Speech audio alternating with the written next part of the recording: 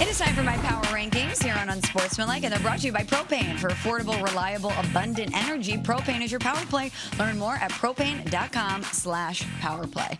Guys, our power rankings today, the top 5 keys for Game 2 tonight between the New York Knicks and the San Antonio Spurs. Are we ready? Evan Cohen, the Ocho, and Chris Canty, our reigning Super Bowl champ. Are we ready? Yes.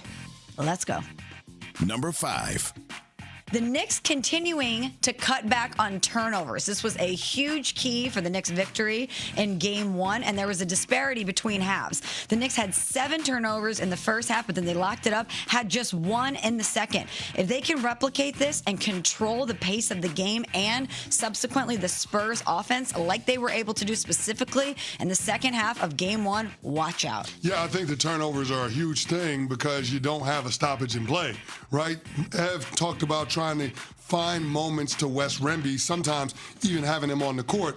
But what doesn't allow him to rest, even if he's in the game, is the Knicks not turning the basketball over. So I think the Knicks continuing to protect the ball, not have live ball turnovers, getting up and down the court, that leads to more pace, more tempo, and that is advantage Knicks when it comes to tiring out Victor Wembanyama and taking a little bit of gas out of him going down the stretch. Well, then the opposite would be true for the other team. How did the Spurs force the turnovers then?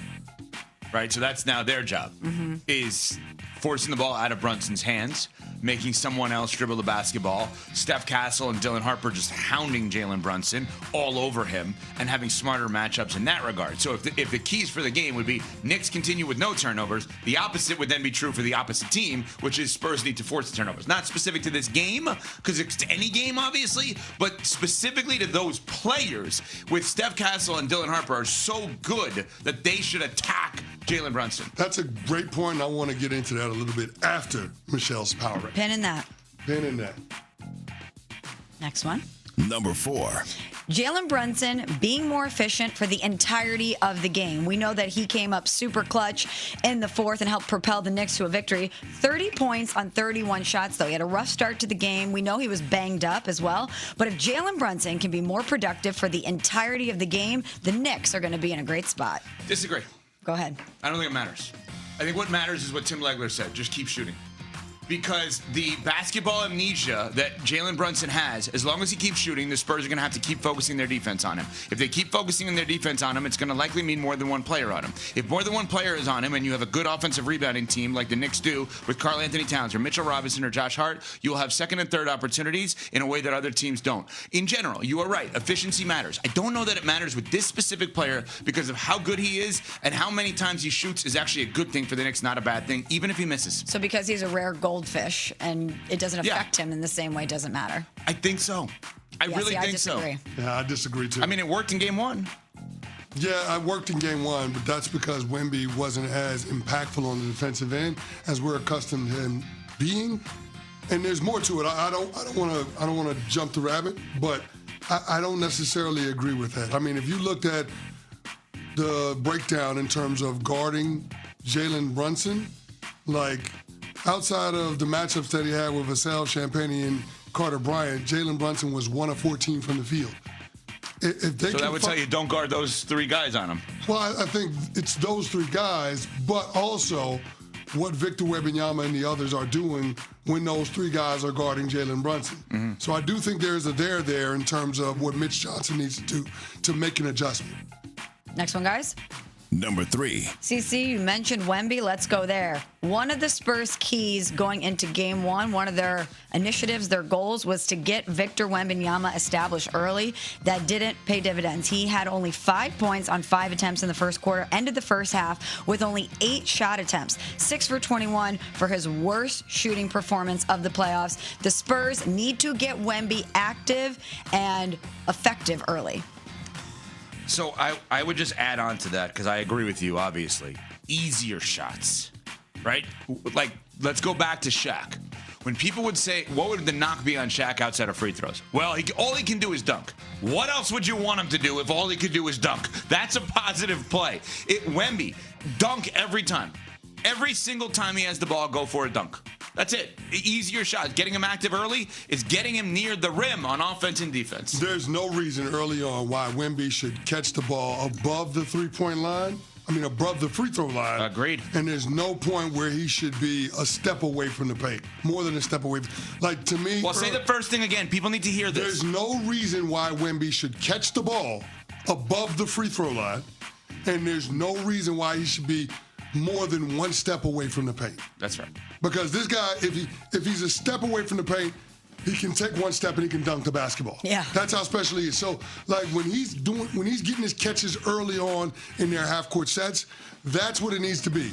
Free throw line or below, and only there's no reason why he should be more than one step away from the paint. If they can do that, then Wemby will not only get going early, but the others will have open shots early too. 1,000% correct. Vegas East. Number 2. Number 2, Mitch Johnson's decisions. Let's not forget what happened in Game 1. The Spurs led by double digits in the second half. They played well enough to lead by double digits in the second half and to take a 1-point lead with just over 2 minutes to go. Wemby said that the team needs to, and him specifically, needs to play normal and not even good. I don't want Mitch Johnson to panic. I don't want him to make big wholesale changes. The Spurs had a good formula, but he needs to make some better in-game tactical moves. But do not panic and make big changes because you lost Game 1. Question back to you. Do you consider Dylan Harper playing significantly more minutes than De'Aaron Fox, especially late, a big change? Based on what happened in Game 1, you can make that argument, but I would counter and say that's what we thought should have happened. So I don't necessarily think that that's a big change. That's a big change. Putting a rookie into the starting lineup. No, I'm not saying that. I don't think he should be in the You're starting saying lineup. late, right? Who cares about who starts? It's who finishes. Yeah, late. Right? Okay. Well, He's got to finish. Yeah. Well, yeah, I agree with you, but I don't think it. I know they won't do it because they want to respect De'Aaron Fox. Oh, you want him to start? I think he should start. I absolutely think he should start. Game 3 if they lose Game 2. I absolutely think he should start. And I think when we start talking about aligning the minutes when it comes to Wemby and Brunson, I don't necessarily know that that's the case. I think you need to align the minutes with Dylan Harper and Jalen Brunson. I think that's what it should be. But that's so that would be a big change then. That is a huge. So that's disagreeing with key number 2. It's a massive change. Massive change. Finally. Number 1. Wemby said that this young group, the lack of experience is a strength for us because they can do impossible stuff because they don't know it's impossible. I need that energy in Game 2. The Spurs need to play absolutely unhinged basketball. You need to be playing like there's no tomorrow because you simply cannot go down 0-2 to this red-hot New York Knicks team and head back to Madison Square Garden, which is about to be nuts. The Spurs have gone 32-8 at home. You need to protect your home court while you have the opportunity to. The desperation needs to be off the charts for the Spurs. I need them hungrier than me at a buffet after a juice cleanse, okay? Whatever it takes, win Game 2. Yeah, listen, Wemby can't be grabbing his shorts in the first quarter, in the first 3 minutes. That can't happen. And here's the thing. It's not even just the effort that he's putting out, but it's the optics of it. What it says to his teammates, what it says to the home fans. He's a leader. He's the guy that everybody looks to. He's aspirational in a way that very few professional athletes are. You can't be grabbing your shorts because that shows a type of vulnerability that makes everybody around you have questions, and it allows the opponent to have more confidence. Wemby is or has been viewed as superhuman for a large part of this season. The last couple of rounds of the playoffs, he's looked tired. That has to change. Even if he feels dog-tired inside, he's got to project strength. He's got to project energy. They need that from him as much as they need his rebounding, shot blocking, and scoring. And so I'm with you on that one. Unhinged basketball, controlled chaos is what it needs to be for the San Antonio Spurs in Game 2. I love that phrasing. 888-SAY-ESPN, 888-729-3776 is your telephone number to join the show here on Unsportsmanlike, presented by Progressive Insurance. The one thing that needs to change in Game 2, NBA Finals, is what?